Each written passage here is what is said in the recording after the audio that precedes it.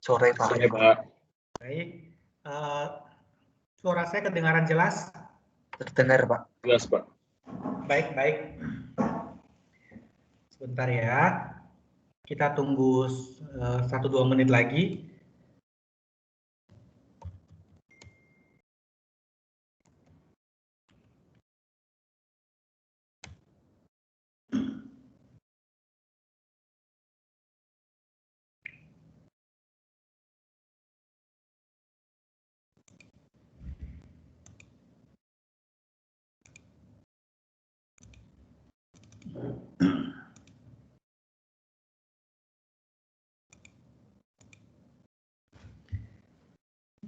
Oke, mari kita mulai. Hari ini kita akan membahas materi yang membosankan. Tapi bagaimanapun kita perlu lewati ini. Dan materi hari ini cukup teoritis, adik-adik, banyak teorinya. Jadi mungkin tidak semenyenangkan kalau kita membahas tentang apa yang praktikal ya. Yang pertama, kalau di kelas sebelah, ya yang kelas sebelumnya, batch 7, ada satu pertanyaan yang cukup menarik pada saat mengerjakan tugas self-learning, yaitu ini tugasnya. Saya akan share screen.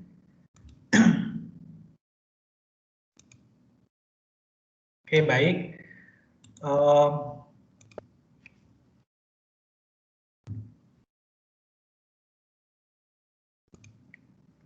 Ini adalah perhitungan deret Fibonacci biasa, ya, di mana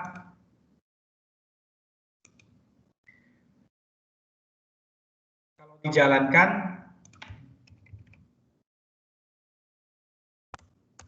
ini dengan C++ compiler, perkedel datang dengan GCC di belakangnya, jadi ini GCC, G++, dan kita lihat bahwa kompilasi ini berhasil. Ya, kompilasi ini berhasil, angkanya 34 outputnya. Ya, deret Fibonacci yang ke-9 ini 34. Tetapi ada yang menemukan kendala bahwa ketika dikompilasi dengan Visual C++, pada baris keempat, ya, pada baris keempat, yaitu baris ini, ya, terjadilah sebuah error yang menyebabkan kompilasi terhenti, ya. Errornya adalah expression did not evaluate to a constant, ya. Dan ini menjadi pertanyaan, kenapa G++ bagian dari GCC mengizinkan, sementara Visual C++, compiler yang sangat bagus, tidak mengizinkan. Ya, ini adalah satu hal yang kita perlu pahami, ya. Mari kita lihat terlebih dahulu error dari C2131 ini, ya. Mari kita lihat.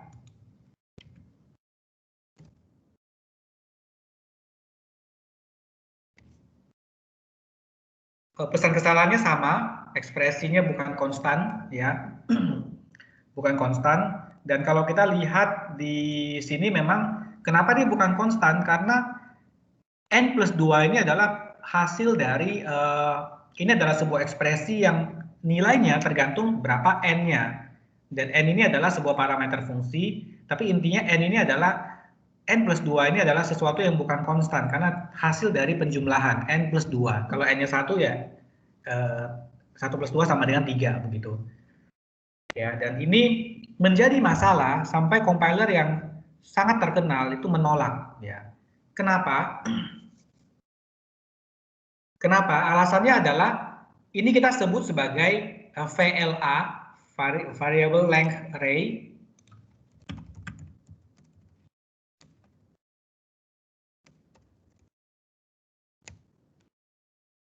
Nah, rupanya variable length arrays itu adalah bukan bagian dari standar C++.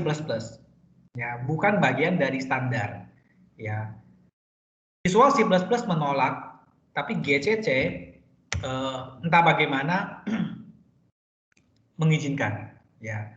kita tahu bahwa GCC adalah suite compiler yang terdiri dari GCC, G++, dan sebagainya, ya. GCC memilih mengizinkan, Visual C++ memilih tidak mengizinkan. Ini adalah masalah pilihan, ya, bukan masalah bisa atau tidak, ya, masalah pilihan. Bahwa ini bukan bagian dari standar C++, ini adalah benar, ya. Sebuah bahasa ada spesifikasinya. C++ kita tahu sudah berumur kurang lebih mungkin hampir 40 tahun gitu ya, 30-an tahun. Nah, dalam proses perkembangan 30-an tahun tersebut ada perkembangan, ada versi baru dari bahasa ya, bukan implementasi, ya.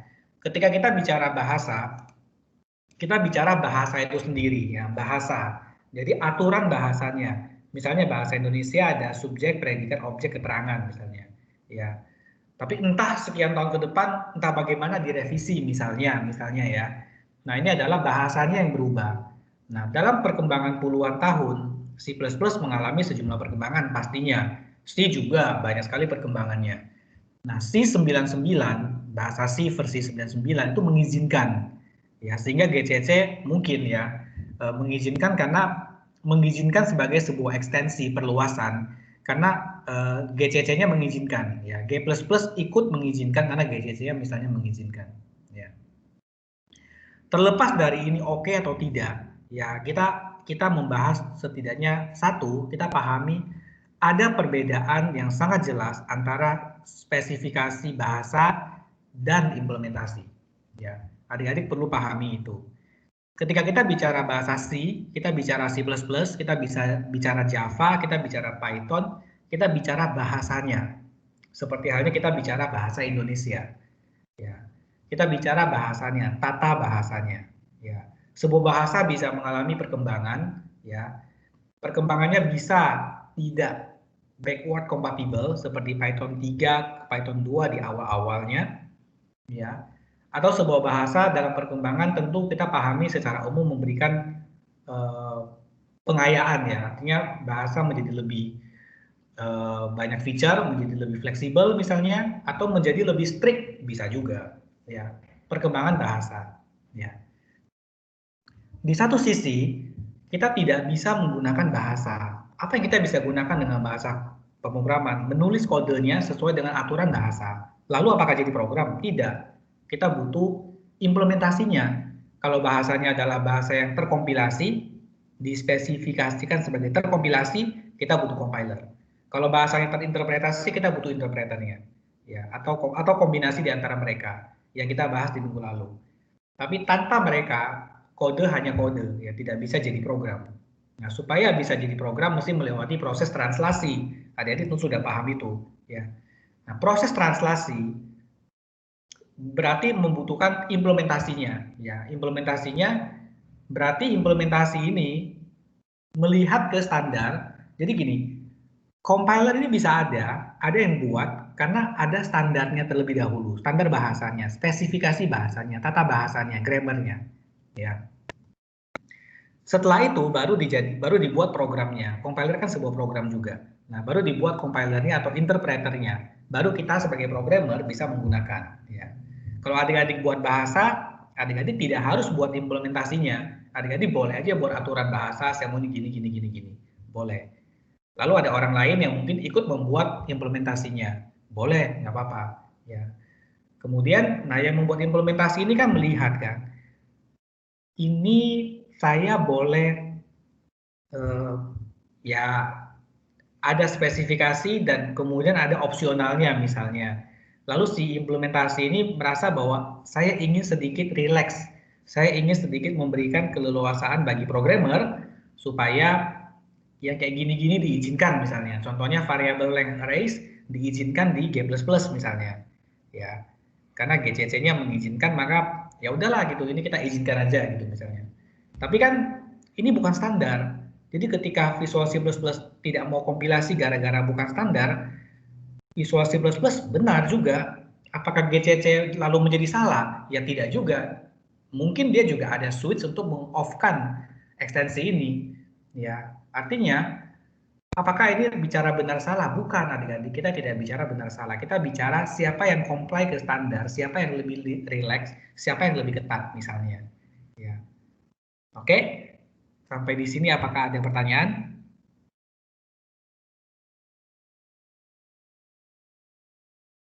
Apakah suara saya kedengaran? Kedengaran, Pak. Kedengaran jelas ya, baik, baik. Ya. Jadi lalu solusinya bagaimana? Solusi terhadap permasalahan tadi adalah dengan mengganti menjadi pointer, ya. Ini adalah solusinya, baris yang saya highlight ini adalah solusinya. Ya. Dengan demikian maka ini tidak masalah, satu solusinya, bukan satu-satunya tapi salah satu solusinya. Ya. Dengan begini ini menjadi standar. Semua compiler yang kita tes ini berhasil karena memang ini adalah sesuatu yang biasa ya, mengolah operasi pointer ya. Solusinya demikian. Sebenarnya menyenangkan kalau kita bicara implementasi bahasa, kalau bahasanya nggak terlalu kompleks ya, tapi C itu bahasa yang sudah kompleks sekali ya. Java, C, C++, apalagi C++ dengan multiple inheritance itu luar biasa kompleksnya gitu. Ya. Tapi maksudnya adalah kalau kita bicara soal, adik-adik bayangkan ada orang buat bahasa, bahasa ini simple sekali misalnya, lalu adik-adik disuruh buat compilernya atau interpreternya, yang juga secara tidak langsung simple juga berarti. Artinya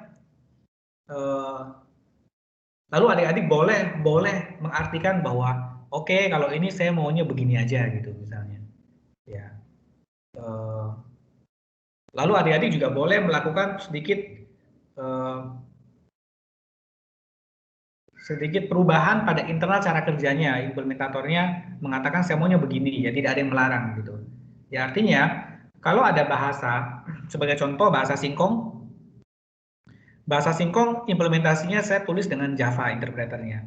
Tapi adik-adik bilang, oke saya mau tulis ulang dengan Python gitu misalnya. Kita bisa kerjain bareng-bareng project ini. Ya, saya mau implementasi bahasa Singkong dengan bahasa Python gitu loh. Jadi interpreter Singkong ditulis dengan Python. Boleh tidak? Boleh. Lalu kemudian saya mau ubah-ubah dikit, boleh tidak spesifikasi bahasanya? Boleh.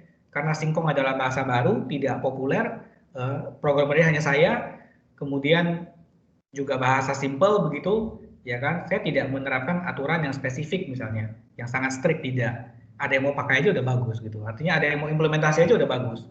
Apakah saya boleh belokkan sedikit dari aturan? Ya silakan gitu, tidak masalah. Ya. Artinya implementator dalam batasan tertentu boleh mengubah sedikit gitu ya, selama tidak bertentangan terlalu jauh dengan standar. Dan kalau memang iya meleset dari standar, ya kita sebut ini sebagai ekstensi atau kita tidak implementasikan kalau belum bisa. Ya, demikian. Apakah sampai di sini ada pertanyaan lagi?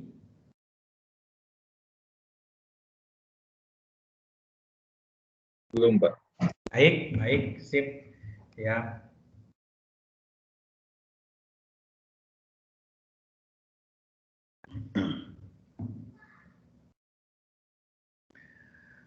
Hari ini topik kita adalah tentang sintaks dan semantik. Ya, ini sesuatu yang sungguh membosankan, tapi adik-adik perlu paham, ya, perlu pahami.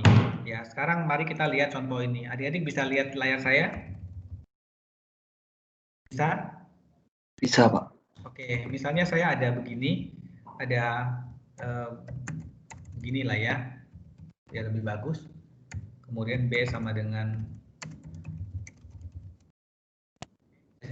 A plus B. Ingat di minggu lalu kita mengenal beberapa proses dalam beberapa tahapan dalam kompilasi, termasuk lexical analyzer dan syntax analyzer ya. Proses pertama adalah tentu mengubah deretan yang tak jelas ini menjadi token-token, kemudian dibangunlah tree ya. Nah yang tidak jelas ini, token-token ini, anggap bahwa kita punya bahasa, ini kita nggak sebut bahasanya apa, tapi anggaplah bahasa kita lah ya, bahasa sederhana misalnya, di mana bahasanya ini mengizinkan assignment dengan cara demikian ya. Assignment disebutkan misalnya ini identifier sama dengan literal, misalnya salah satunya lah ya gitu, salah satu aturannya. Maka kita bisa bilang bahwa identifier mungkin ya nanti kita bahas, tapi anggaplah ini adalah identifier yang valid, variabel yang valid. Ya. Maka ketika dia ketemu A, ya, maka dia akan lihat berikutnya apa. Misalnya spasi, oke, ini berarti identifier, diikuti dengan sama dengan, diikuti dengan nah, diikuti dengan apa? 1. Berikutnya apa? 2. Berikutnya apa? 3. Berikutnya apa? 4.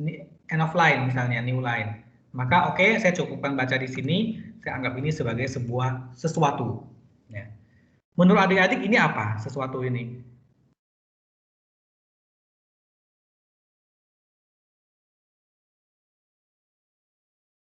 Nilai, Nilai, baik. Nilai apa? nilai dari suatu identifier, Baik. Tipenya misalnya String. integer. Itu. integer misalnya gitu ya. Tapi dari mana kita bilang ini integer? Nah, sampai di sini kita tahu bahwa secara sintaks sesuai dengan aturan ini, sintaks ini betul. Ya, artinya sampai di baris pertama kita tidak error sintaksnya. Baris 23 nanti dulu kita bahas. Tapi sampai baris pertama kita bilang bahwa secara sintaks ini oke. Tapi artinya apa? Komputer kan cuma deretan dari operasi binary ya, binary ya, dan A sama dengan 1, 2, 3, 4, 5 ini apakah punya arti bagi si komputer? Tidak punya arti apa-apa. Lalu bagaimana kita bisa bilang oleh kita ya, manusia gitu ya, kita bisa bilang bahwa ini adalah sebuah assignment di mana nilai 1, 2, 3, 4, 5 yang kita artikan sebagai 12.345 di-assign ke variabel dengan nama A gitu. Yang bilang ini kan kita bukan, ya. Dari sisi komputer kan dia tidak paham sebenarnya ini apa.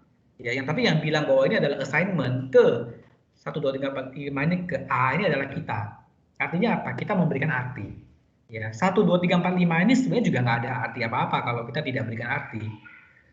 Ketika kita memberikan arti ini adalah sebuah bilangan tadi yang disebutkan, maka barulah dia berarti sebuah bilangan. Ya, kalau kita mau bilang dia sebagai string boleh nggak? Boleh. Terserah kita dong, kita yang memberikan arti. Nah, itulah semantik. Itu adalah basic dari semantik. Sintaks adalah apa yang kita lihat. Ya. Yang kita lihat ini cuma A, deretan karakter A, spasi sama dengan spasi, kemudian 1, 2, 3, 4, 5. Tanpa arti apa-apa. Apakah dia sesuai sintaks? Ya oke, mungkin dia sesuai sintaks, sehingga sintaksnya valid. Artinya apa? Ya nggak tahu. Terserah kita memberikan arti seperti apa. Begitu. Ya. Kalau kita memberikan artinya adalah 1, 2, 3, 4, 5 itu adalah sebuah bilangan, maka bilanganlah dia begitu. Kalau kita kemudian memberikan bahwa ini adalah assignment ke A, maka itulah assignment gitu. Ya, jadi sintaks sendiri mengikuti tata bahasa. Tapi ada nilainya tidak? Nilai karena kita yang berikan nilainya. Lah kita ini siapa? Pertama kita selaku desainer bahasa, yang kedua kita selaku implementasi bahasa, implementator bahasa. Ya, jadi semantik itu bahkan diberikan pada saat kita menentukan spesifikasinya. Ya. Artinya kita bilang bahwa 1, 2, 3, 4, 5 itu adalah sederetan digit yang artinya adalah sebuah number misalnya. Ya. Kemudian berikutnya baris berikut, anggap kita ketemu begini dan sintaksnya juga valid ya karena assignment biasa, B sama dengan hello world begini. Di sini dia turun baris, kemudian karena turun baris dia start lagi, misalnya ketemu B, ya B ini setelah berikutnya dilihat maka dia identifier juga B, ya kemudian sama dengan juga nih sama dengan, kemudian nah diikuti oleh sebuah kutip 2, diikuti oleh spasi, diikuti oleh hello, diikuti oleh spasi, diikuti oleh word, diikuti oleh spasi, diikuti oleh kutip 2. Kalau di sini spasinya boleh dibuang, di sini boleh dibuang tidak?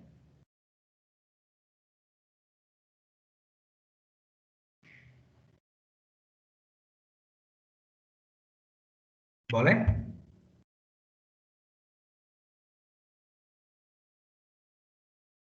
Kira-kira apakah boleh?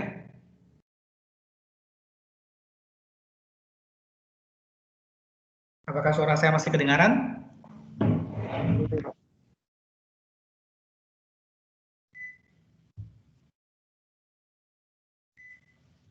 Apakah boleh? Bingung sih Pak. Maksudnya Baik. gimana sih, Pak? Baik. Tergantung kita, tapi normalnya sesuatu yang menjadi bagian dari literal sebuah string, kita harus menghargai bahwa spasi berapapun di dalamnya kita mesti anggap dia bagian dari sebuah string. Ya. Tapi tahu dari mana bahwa kita ini adalah sebuah string? Karena kita yang memberikan nilai, adik-adik. Karena kita yang bilang bahwa string adalah sesuatu yang diawali oleh kutip 2, apapun di dalamnya diakhiri oleh kutip 2. Maka string B itu bernilai sebuah deretan karakter 13 karakter diawali oleh spasi hello, spasi world, spasi, tidak termasuk kutip. Nah, itulah yang kita berikan definisinya, itulah yang kita berikan artinya. Ya, secara sintaks kita memang mengizinkan sintaksnya demikian.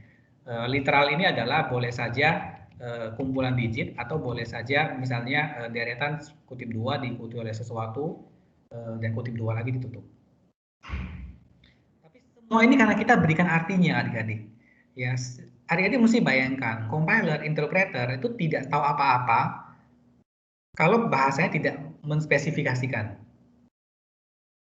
Jadi bayangkan bahwa compiler itu kan sesuatu yang cuma membaca sederet karakter di tahap front end-nya. Di bagian di sisi front end, dia adalah membaca dalam tahapan lexical analysis. Dia akan membuat token. Ya. Token ini adalah membaca sederetan karakter yang tidak punya arti apa-apa. Ya. Lalu kemudian dibandingkan sama aturan bahasanya, sintaksnya, grammarnya. Ketika ini valid, ya kita sudah memberikan dia arti bahwa ini ada artinya loh gitu. Ya bahwa ini adalah bilangan loh, ini 1 loh, ini 2 loh. Kalau kita tidak berikan artinya, dia cuma dari karakter 1 tanpa arti apa-apa. Dia bisa punya arti karena si bahasanya ini bilang bahwa artinya begini gitu. Lalu si interpreter atau compiler juga mengatakan bahwa cara kita menghandle ini adalah begini gitu. Representasi internalnya adalah demikian gitu. Baru ada artinya. Tanpa itu semua, ini hanya deretan karakter tanpa arti. Itu sintaks. Tapi mesti ada aturan, itu sintaks. Apakah ada arti? Itu semantik. Ya. Mungkin lebih jelas ketika adik-adik membahas tentang ini. Baris 3. Baris 3 ini oke tidak menurut adik-adik?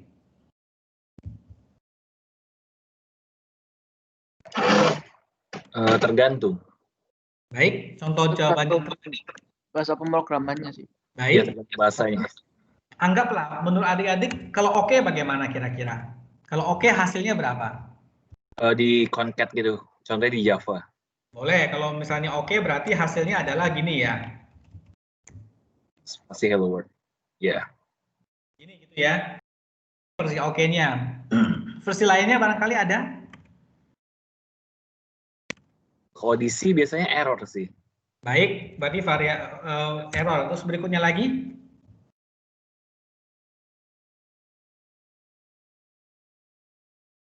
Kayaknya udah deh, Pak. Oke, bagaimana dengan ini? Karena hello world dianggap 0. Boleh juga bukan? Kalau sebelah kirinya adalah bilangan, sebelah kanan saya ingin konversi ke bilangan dan ini saya jadikan 0 karena tidak tahu ini benda apa hello world. Jadi saya anggap 0. Maka hasilnya adalah 1 2 3 4 5 tetap. Boleh bukan? Mungkin, Pak. Ya, kita belajar di konsep bahasa apapun boleh gitu. Lalu bagaimana dengan ini?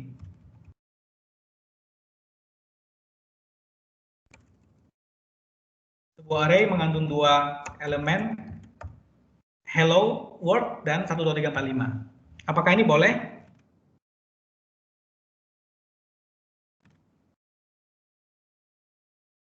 Adik-adik merancang bahasa apapun boleh berarti kan? Array bisa ya, Bray? Ya. Kalau diarahin bisa kan? Terserah kita, Kennedy. Karena kita selaku dalam hal ini merancang sebuah bahasa, ya. Apakah ini boleh? Tentu boleh. Lalu pertanyaannya adalah boleh tidak bolehnya itu kenapa? Ya, kenapa? Kenapa sebuah benda operator plus ini menjadi begitu banyak arti begitu? Ya. Ini boleh karena kita yang memberikan artinya, adik-adik. Ini boleh karena kita yang memberikan arti plus ini sesuatu sebuah operator dengan sejumlah arti. Ya, apakah kita mengizinkan bentuk pertama? Oh, boleh saja. Apakah kita mau bilang ini error? Boleh saja. Apa kita mau bilang ini 1, 2, 3, 4, 5? Boleh saja. Apakah yang terakhir ini? Boleh, tidak masalah buat kita. Ya, tidak masalah buat kita. Sebagai contoh, misalnya di singkong,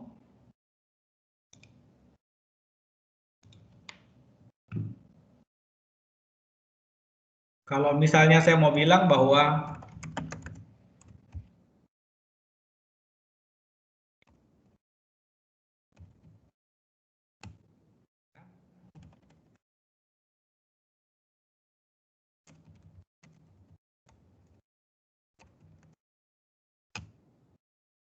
maka ini menjadi 1, 2, 3 hello world. Ini seperti ini. Tapi ini di singkong. Apakah bahasa lain demikian? Terserah bahasanya. Terserah bahasanya. Ya. Jadi dalam hal ini ketika kita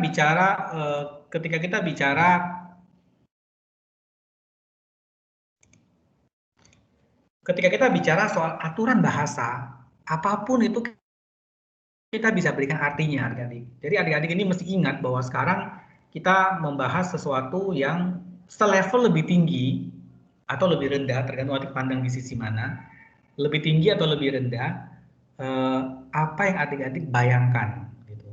Konsep bahasa. Ya, adik-adik boleh membayangkan apapun selama ini adik-adik rasa masuk akal bagi adik-adik. Ya. Nah, sampai di sini ada pertanyaan?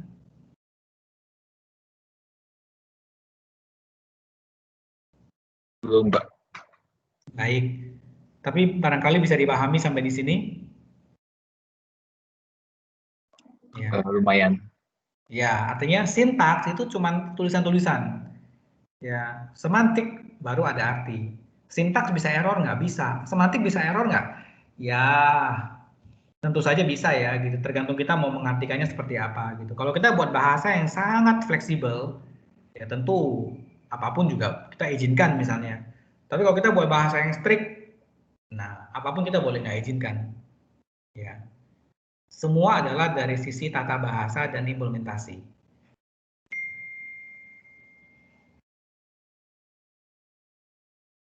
Oke?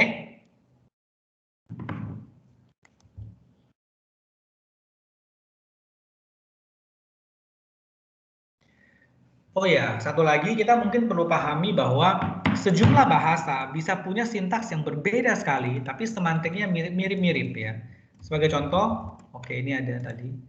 For, ini adalah cara kita mendeskripsikan perulangan di C misalnya contohnya. Tapi di Python mungkin lebih simple gitu ya, for i in range misalnya 5. Ini begini, 1, ini begini, sintaksnya beda nggak? Beda sekali sintaksnya. Ya, kira-kira dari dua ini yang lebih dipahami yang mana? Yang baris pertama atau baris kelima? 5. 5. Nah, oke.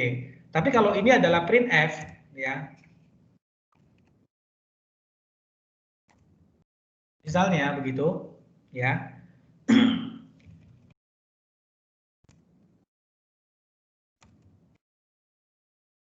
Misalnya begitu ya.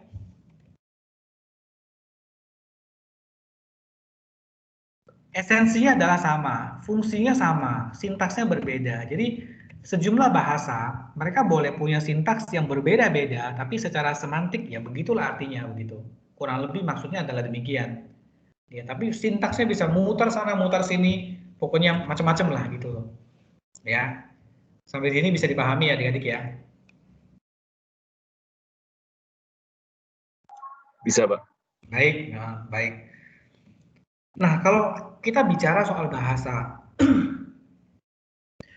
bahasa manusia sehari-hari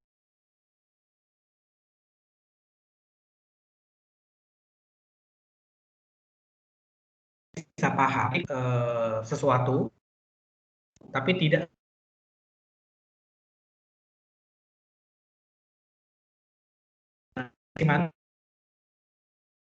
manusia kita bisa mengerti imprecise ya.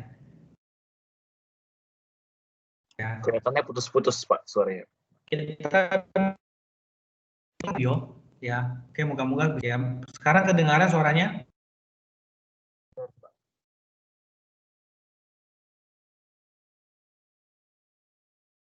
Tes. Tes. Ya kedengaran. Oh, kedengaran baik. Ya, saya off-kan video dulu. Ya.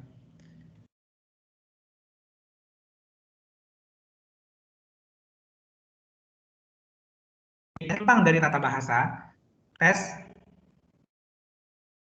Tes. Iya Pak. Jelas suaranya sekarang? Jelas. Jelas ya. Masih Nah, kalau seperti dalam robot-robot sih, bahasa, Pak. coba saya ganti koneksi sebentar ya.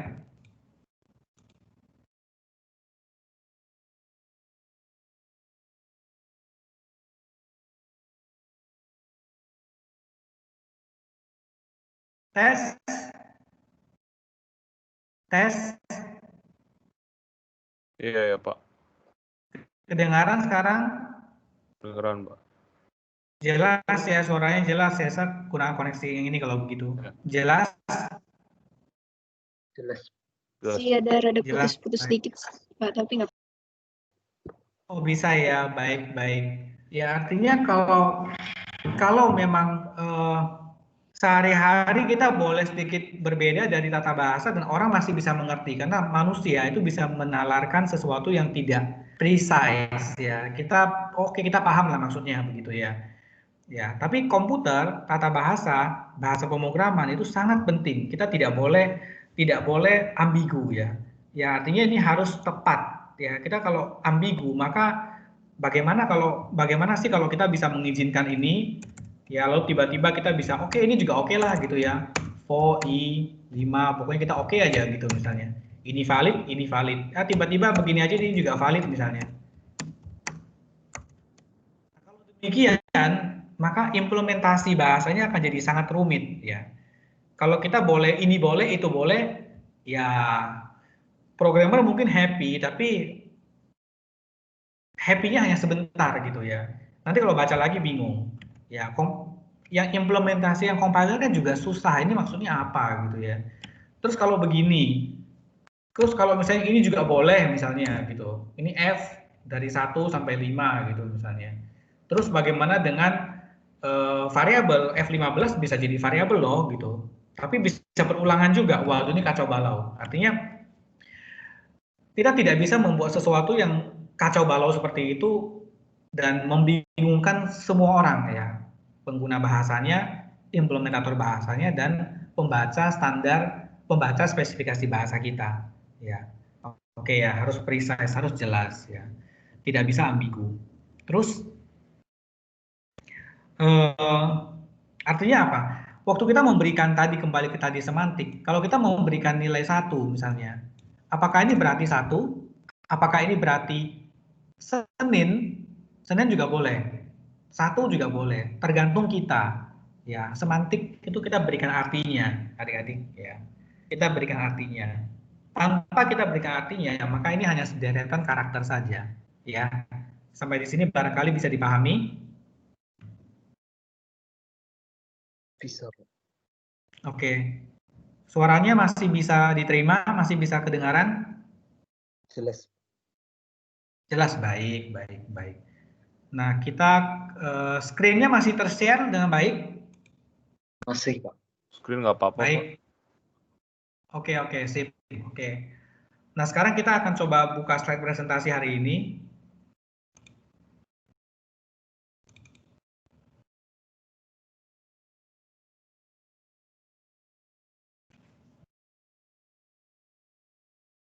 Hari ini banyak pembahasan yang sangat abstrak, jadi mohon dipahami.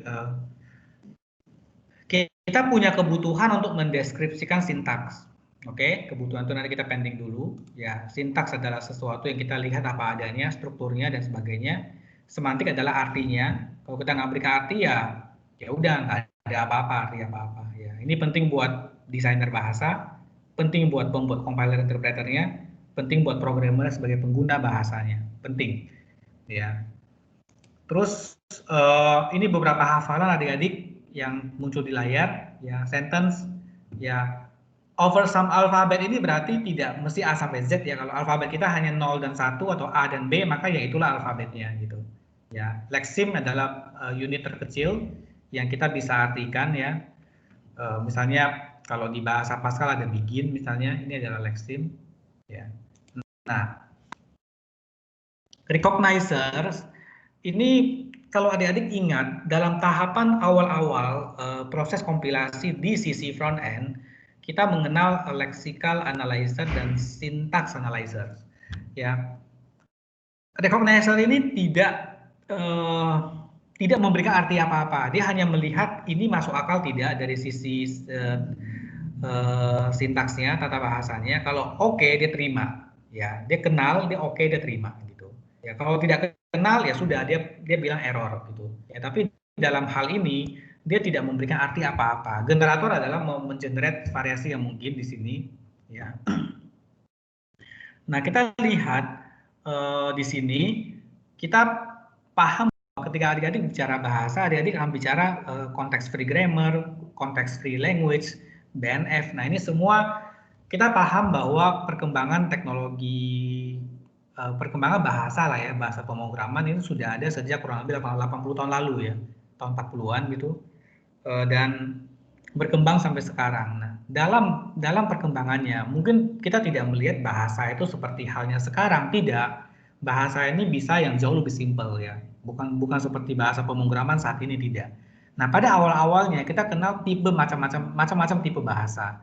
Ya, contohnya adalah salah satu yang populer adalah context free language dengan grammar yang dispesifikasikan context free grammar gitu. Ya. Dan notasi, salah satu notasi yang kita bisa gunakan adalah BNF untuk mendeskripsikan sintaks ya. Sebagai contoh, ini adalah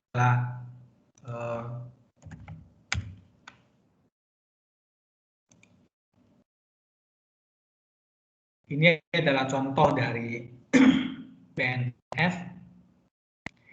BNF itu adalah pokoknya kita ingin mendeskripsikan sesuatu dengan sebuah notasi yang orang sama-sama pahami. Nah, ini BNF ya. Contohnya adalah integer itu adalah apa sih integer? Oh, digit atau integer digit gitu ya. Nah, ini contoh dari alamat pos ya, pos surat ya. Nah, pos surat seperti ini. Dia kasih tahu bahwa postal address adalah apa, diikuti apa, diikuti apa. Name part adalah ini, diikuti ini, diikuti ini, diikuti ini, atau ini adalah atau, ini atau ini. Ya. Personal part adalah ini, diikuti titik, diikuti atau first name. Ya. Dan seterusnya. Ini adalah notasi di mana kita menggambarkan sesuatu gitu ya. Nah, pada akhirnya yang versi lainnya adalah contoh, tadi kita lihat bahwa digit itu tidak berarti apa-apa sampai kita berikan artinya. Artinya kalau kita bilang digit, yang kita maksud adalah 0 diikuti oleh 1 atau 2 atau 3 atau 4, ini bukan ikuti atau ya. 0 atau 1 atau 2 atau 3 atau 4 atau 5 dan seterusnya ya. Ini adalah yang kita kenali sebagai digit gitu. Letter juga sama, A sampai Z huruf besar, A sampai Z huruf kecil. Di luar ini kita anggap dia bukan letter. Itu boleh? Boleh, tergantung spesifikasi kita seperti apa. Ya, BNF seperti ini ya. Nah, banyak yang menggunakan BNF contohnya adalah www address ya. Itu juga dengan BNF juga ya. Jadi alamat itu adalah HTTP misalnya diikuti oleh apa misalnya. Ya, HTTP diikuti oleh apa, dan ini semua adalah cara kita mendeskripsikan sintaks ya, sintaks.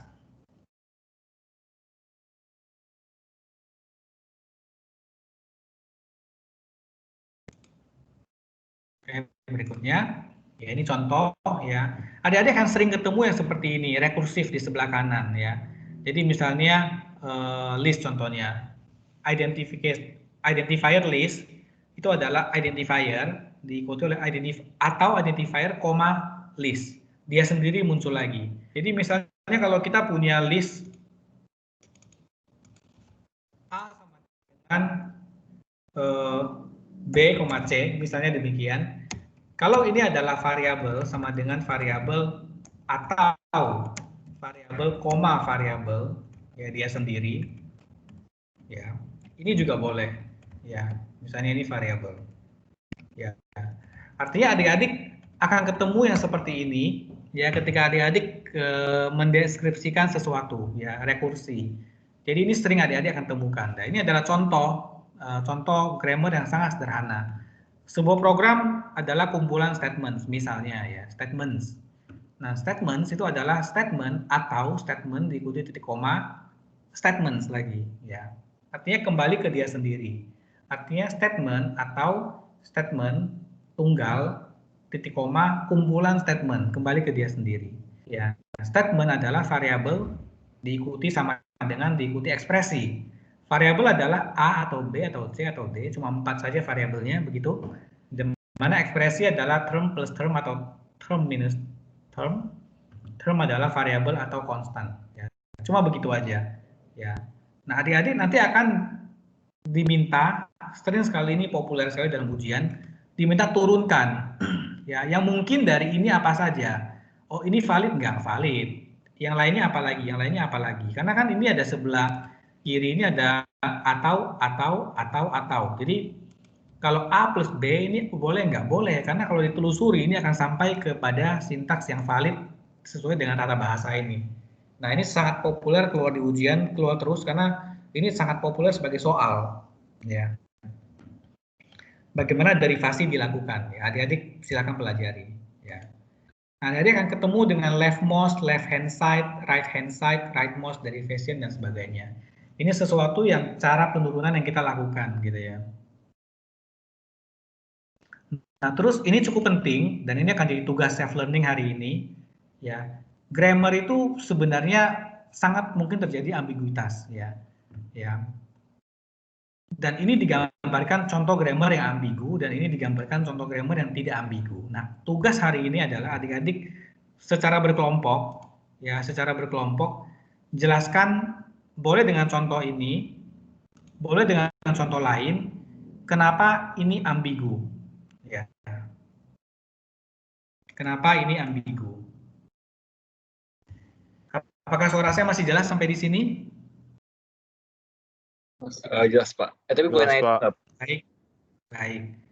Nah, tugasnya adalah sama berkelompok, adik-adik boleh jelaskan kenapa ya ini kita sebut ambigu, kenapa ini tidak. Nah, jadi ini juga favorit, suka banget menjadi soal. Adik-adik mungkin akan diminta untuk menjelaskan apakah grammar ini ambigu atau tidak. Gitu. Ya. Oke.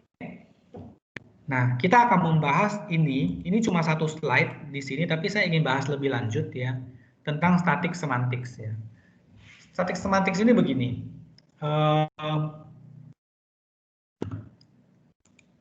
misalnya adik-adik lihat di layar, ini masih kelihatan ya adik-adik ya, C sama dengan A plus B bisa terlihat dengan baik?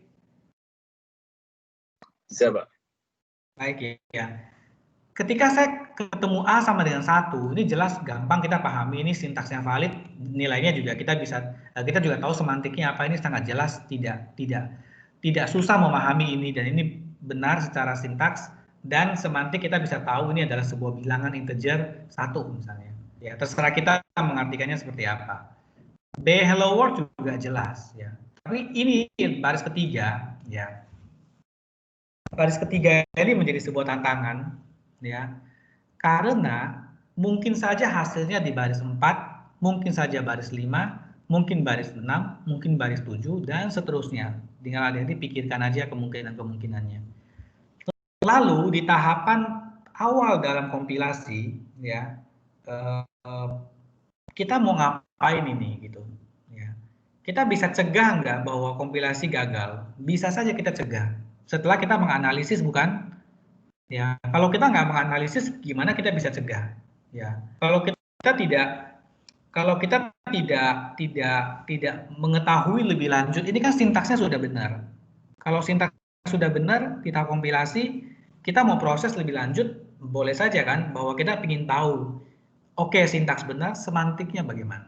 Kita mau peduli atau tidak? Kalau kita mau peduli, silakan, maka kita peduli. Misalnya contoh ya, kalau kita peduli, ini jadi apa? Kita bisa kasih warning ke programmer, kompilasi ini akan mungkin error, dan program ini mungkin akan error karena mungkin akan mengenerate sesuatu yang kita kategorikan sebagai error. Atau kita mau kasih tahu dia bahwa mungkin hasilnya adalah bakal seperti ini, atau ini, atau ini. Apakah Anda maksudnya ini? Silakan dikoreksi misalnya, kalau cukup peduli ya. Atau misalnya ada baris seperti ini, lalu program kita terhenti, cuma 4 baris programnya, terus dia akan kasih tahu bahwa D is unused. Apakah kita perlu melakukan ini? Mungkin kalau kita mau cukup peduli, ya. Jadi ada semantik yang kita bisa proses di tahapan awal kompilasi dan kita sebut ini sebagai statik semantik, ya. Kebalikannya adalah dynamic semantik. Kita tidak proses, ya. Ini baru kita lakukan pada saat dijalankan misalnya, ya. Nah, pada bahasa C sebagai contoh, bahasa C ini punya sedikit dynamic check, ya. Kenapa? Karena bahasa C mengutamakan performance over safety, ya. Jadi bisa demikian. Tergantung dari kitanya mau seperti apa, adik-adik. Karena kita bicara bahasa, kita bicara konsep bahasa, kita mungkin bicara merancang bahasa, dan kita mungkin berbicara tentang aturan-aturan tertentu yang di bahasa lain tidak ada, atau di bahasa lain ada, tapi maksud kita berbeda, begitu, ya. Oke.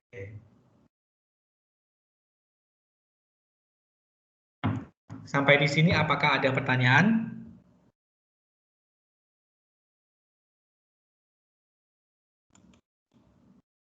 Oke. Kalau tidak ada, berikutnya ada beberapa slide yang kita mungkin akan lewati sebentar. Kita akan lewati dulu lah ini ya. Yang kita perlu bahas ini semantik ini. Kalau notasi mendeskripsikan sintaks itu jelas bisa dengan BNF. Tapi bagaimana dengan semantik? Nah, di sini ada beberapa metode operasional, ya, operasional, denotasional dengan matematika objek matematis, atau dengan aksiomatik, ya. Ini semua adalah sesuatu yang digunakan untuk ini ya, memformalkan semantik ya. Nah, adik-adik kita tidak akan bahas ini mendalam, adik-adik boleh pelajari, boleh tidak. Ini sesuatu yang mungkin akan adik-adik dalami ketika adik-adik ingin membahas sangat dalam terkait dengan semantik bahasa. Ya, sebagai contoh di sini ada operasional. Ini operasional semantik. Misalnya seperti ini, adik-adik bisa lihat juga sendiri. Ya, ini semua ada hitungan. Ya, kalau suka silakan. Denotasional.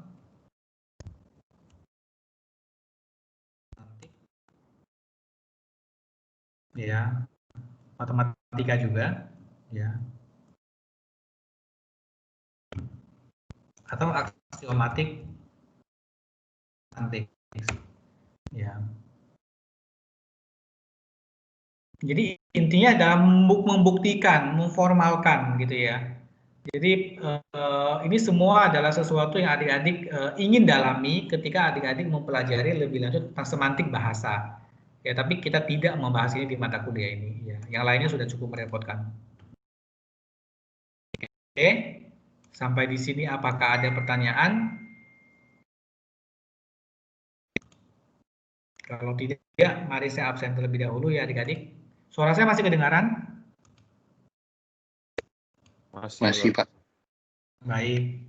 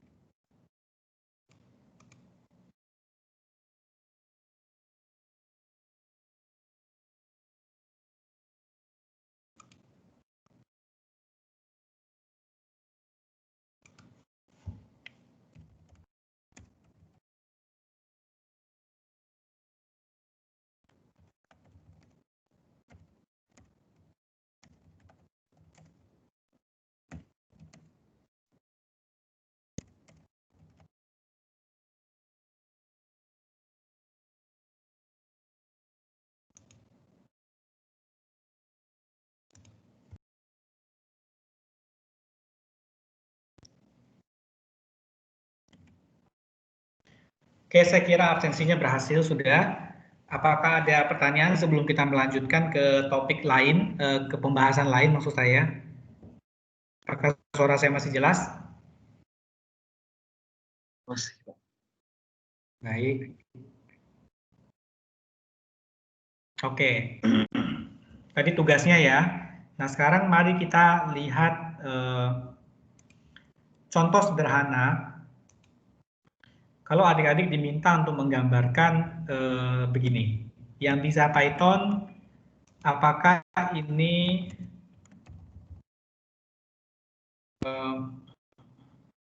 if A sama dengan if A, apakah ini benar atau tidak adik-adik yang bisa Python? Harusnya benar sih, Pak. Benar, baik. Mari kita uji. Boleh pakai kedudukan, Pak. Yang jawab benar siapa? Andreas ya? Baik, sekarang kita uji.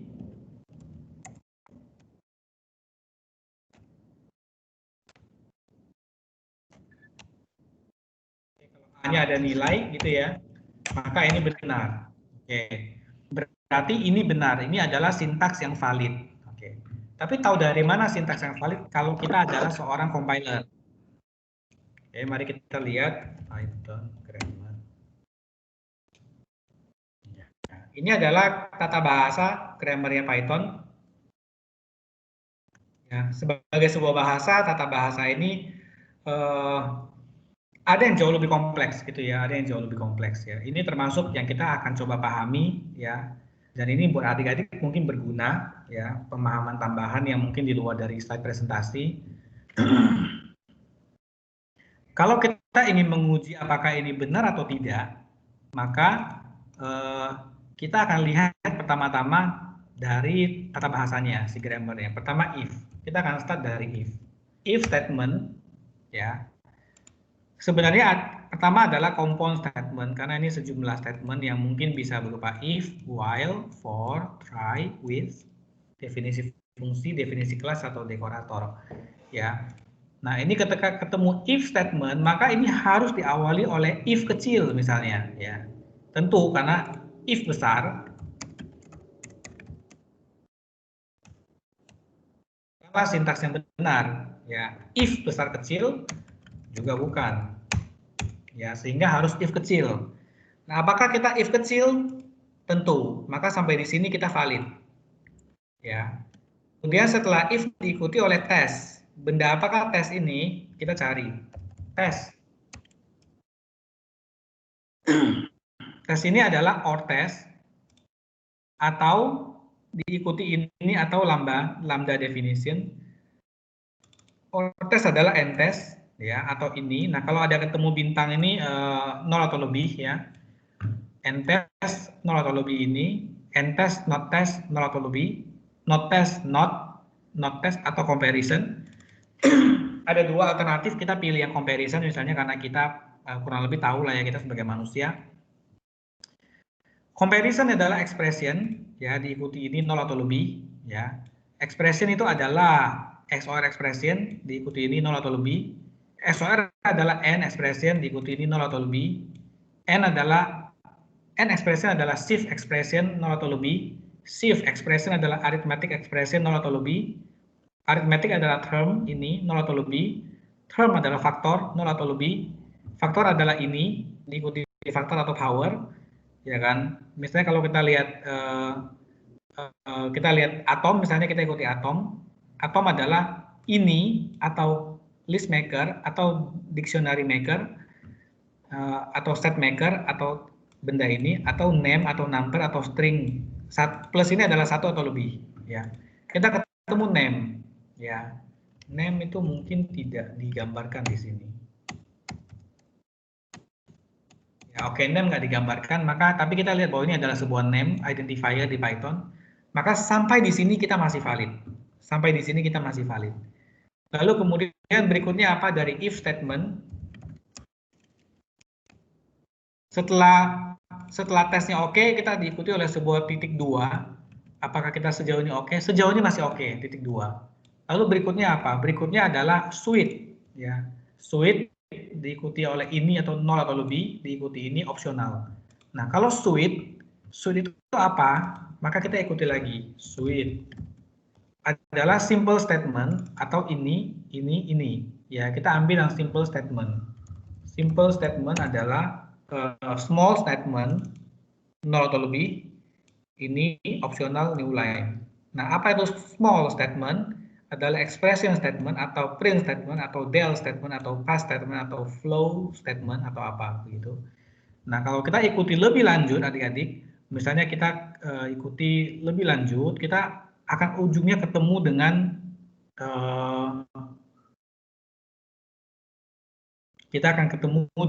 pada akhirnya adalah sebuah identifier atau sebuah nilai atau apapun, dan pada akhirnya ini valid.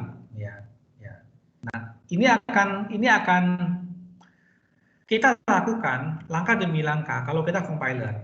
Ya, compiler akan menelusuri, misalnya simple statement dia akan telusuri, rupanya sampai ujung gagal, balik ke atas.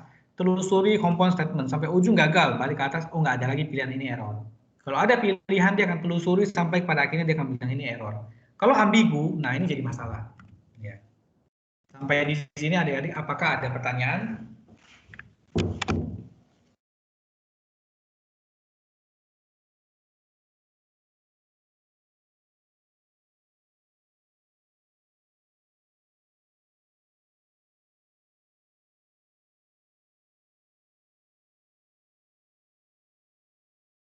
Apakah suara saya masih kedengaran? Masih, Pak. Baik.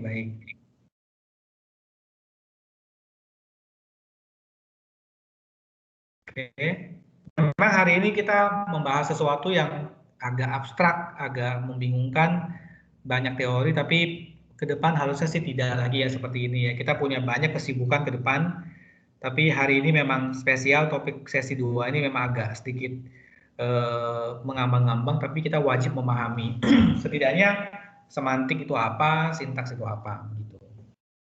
Ya.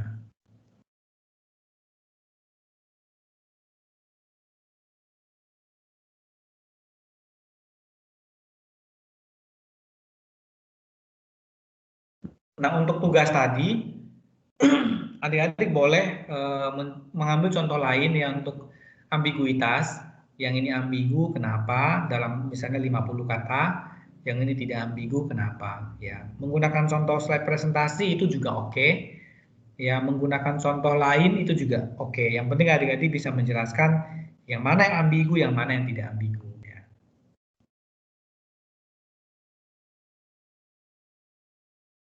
Oke. Lalu berikutnya, kalau misalnya kita punya bahasa demikian, bahasa yang kita pakai mungkin misalnya demikian, ketika saya baca A di awal, kita akan bahas tentang look ahead adik-adik di luar slide presentasi, tapi adik-adik mungkin perlu tahu, ketika kita ketemu A sama dengan 1, ya, kita pada dasarnya sampai di A, kita tahu ini identifier. Identifier itu variabel, bisa nama fungsi, bisa nama apapun, bisa, yang penting identifier ya. Nah, sampai di sini kita oke, sintaksnya valid, ketemu sama dengan oke, kita anggap ini assignment atau bukan, ya. Nah, ini yang adik-adik perlu pahami ketika adik-adik berbicara tentang operator yang kita support bisa saja sama dengan 2 kali. Di baris pertama, apakah adik-adik paham ini maksudnya apa?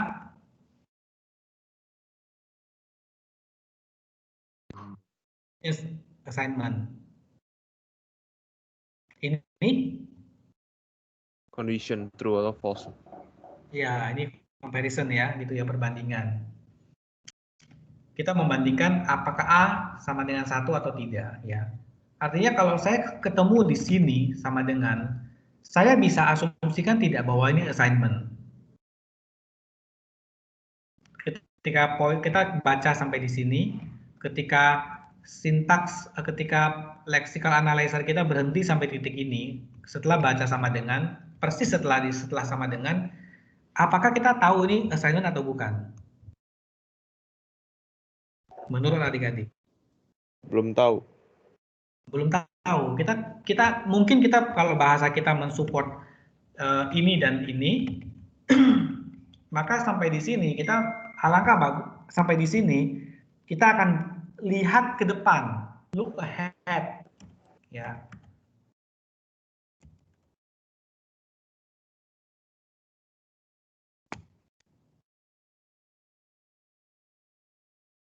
Ya. Kita melihat ke depan apa karakternya. Kalau kita lihat satu karakter ke depan, kita merasa bahwa berikutnya spasi. Oke, berarti ini mungkin assignment. Baca lagi berikutnya, ya kan? Ketika kita mempelajari, ketika menganalisis sintaks analyzer, ya kita akan melihat bahwa identifier, assignment operator, literal, ya. Jadi kita bilang bahwa ini adalah assignment. Tapi kalau kita sampai di sini, kita lihat ke depan dan ketemu sama dengan, dan maka kita anggap ini adalah operator comparison, ya. Dan kita tinggal lihat berikutnya apa, ya. Jadi ini adalah kita look ahead, ya, ke depan. Ini umum sekali dilakukan, terutama karena operator perbandingan dan assignment ini mirip-mirip, ya, di bahasa yang seperti ini, ya. Di singkong juga sama, ya. Ketika misalnya ketemu var A sama dengan 1, ya, maka pada saat sintaks analyzer-nya membaca sampai di sini, dia akan baca berikutnya. Kalau berikutnya adalah literal, maka adalah assignment. Tapi kalau var A sama dengan 2, ya, sama dengan 1 begini, maka ketika sampai di sini dia akan baca berikutnya apa, ya, ya. Tentu ini tidak berhasil gitu ya. Tapi kalau misalnya kita begini, A sama dengan 1 begitu, ya, maka B yang pertama baca sama dengan, setelah B sama dengan, sampai di sini dia akan melihat ke depan. Ke depan tidak ada apa-apa, hanya sesuatu, maka sesuatu ini dianggap assignment. Nah, baru sesuatu ini dikerjakan, misalnya lihat sampai di sini sama dengan ini ke depan adalah sama dengan berarti comparison, kembali ke sini. Maka ini dievaluasi menjadi true gitu ya, karena A tadi sama dengan 1, maka ini adalah true dan B ini bernilai true, ya. Artinya kita akan melihat hal-hal seperti ini itu sangat umum ketika bahasa ini mendukung operator sama dengan untuk assignment, sama dengan untuk perbandingan, ya. Jadi kita kadang-kadang perlu melihat ke depan untuk melihat ini apa, ya.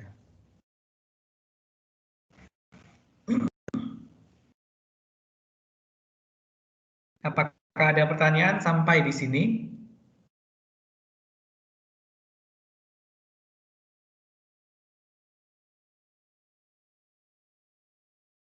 Belum, Pak. Baik.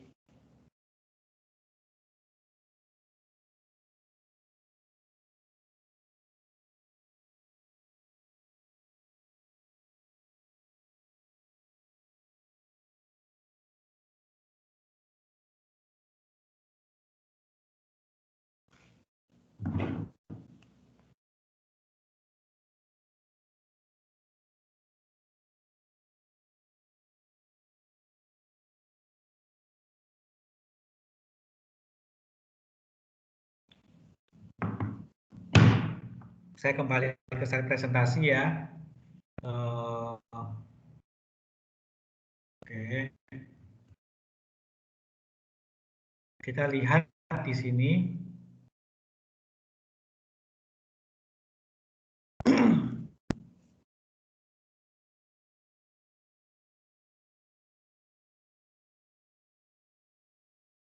Oke. Terminal, adik-adik mungkin sesekali akan ketemu terminal, non-terminal, ya. Terminal itu kalau misalnya begini,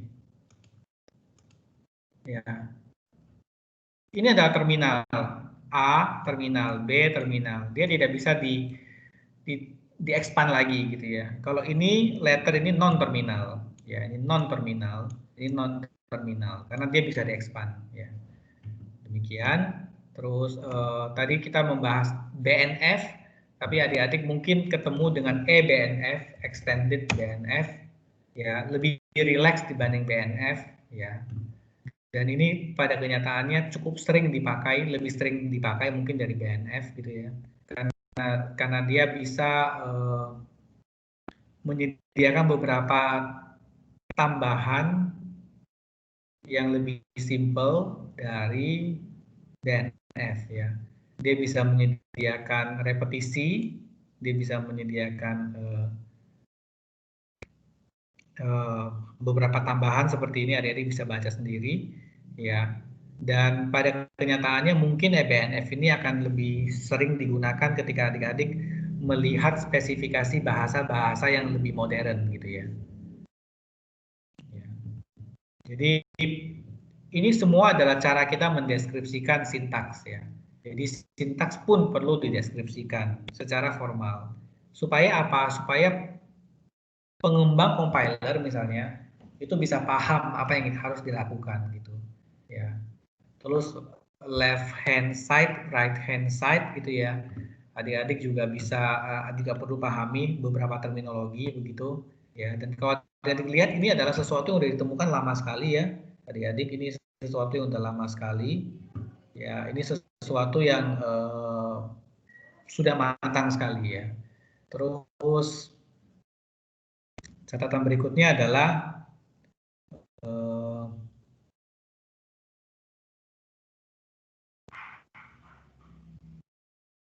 oke. Secara semantik ini sangat penting ya.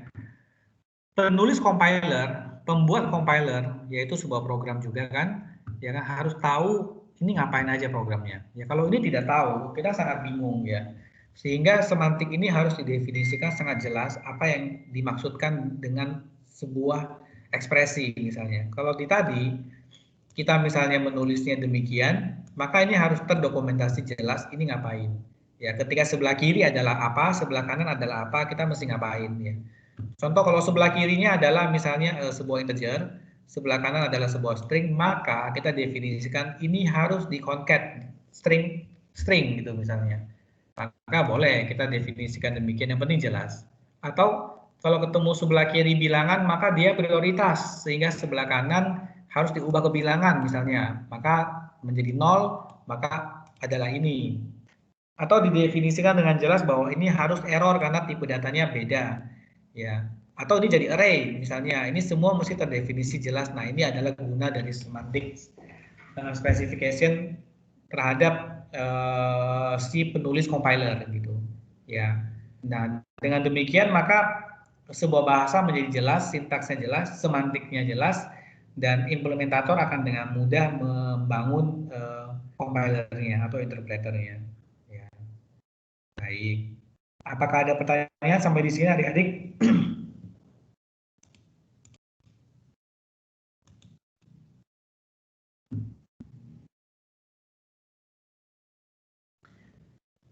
Dari Michael Jonathan, Eko Putra,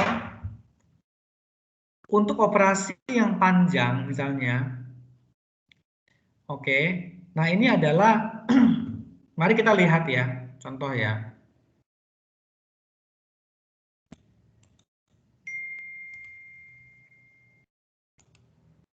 Misalnya A sama dengan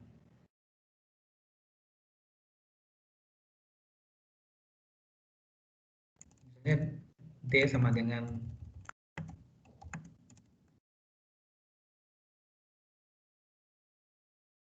begini, begitu.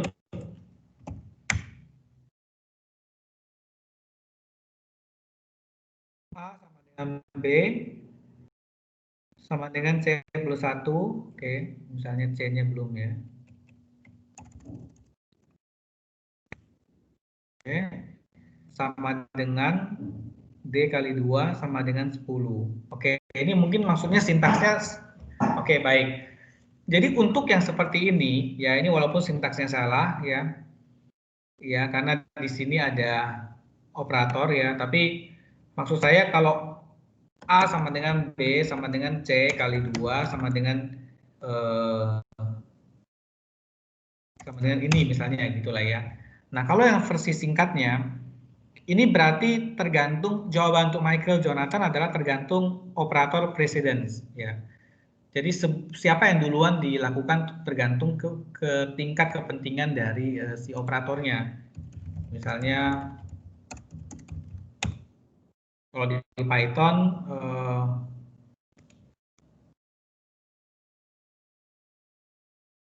ini dikasih lihat ya, yang mana yang lebih lowest to highest. Ya, ini berarti adalah urutan yang kita mesti lakukan. Urutan yang kita mesti lakukan. Ya, yang mana yang paling rendah levelnya least binding sama yang most binding. Ya, ini urutan ya, ini urutan. Sehingga si pembuat interpreter atau compiler itu harus memahami bagaimana mengartikan ini. Ya, jadi kalau ini lebih penting kali, maka kali duluan gitu. Seperti itulah ya.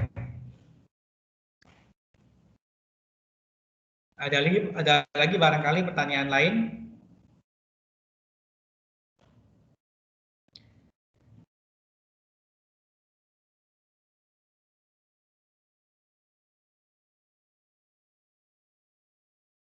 Ya, terima kasih kembali Michael Jonathan.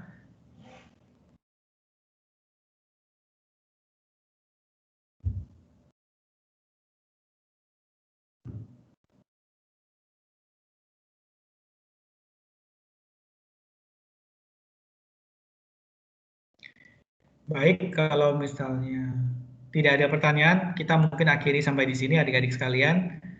Ya. Terima kasih untuk perhatian dan partisipasinya.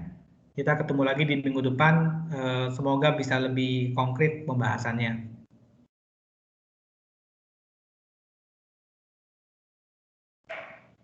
Terima kasih, Pak. Baik, Andreas, terima kasih juga. Makasih, Pak. Ya. Terima kasih, Pak. Makasih, Pak. Makasih, Pak. Ya. Makasih, Pak. Ya. Makasih, Pak.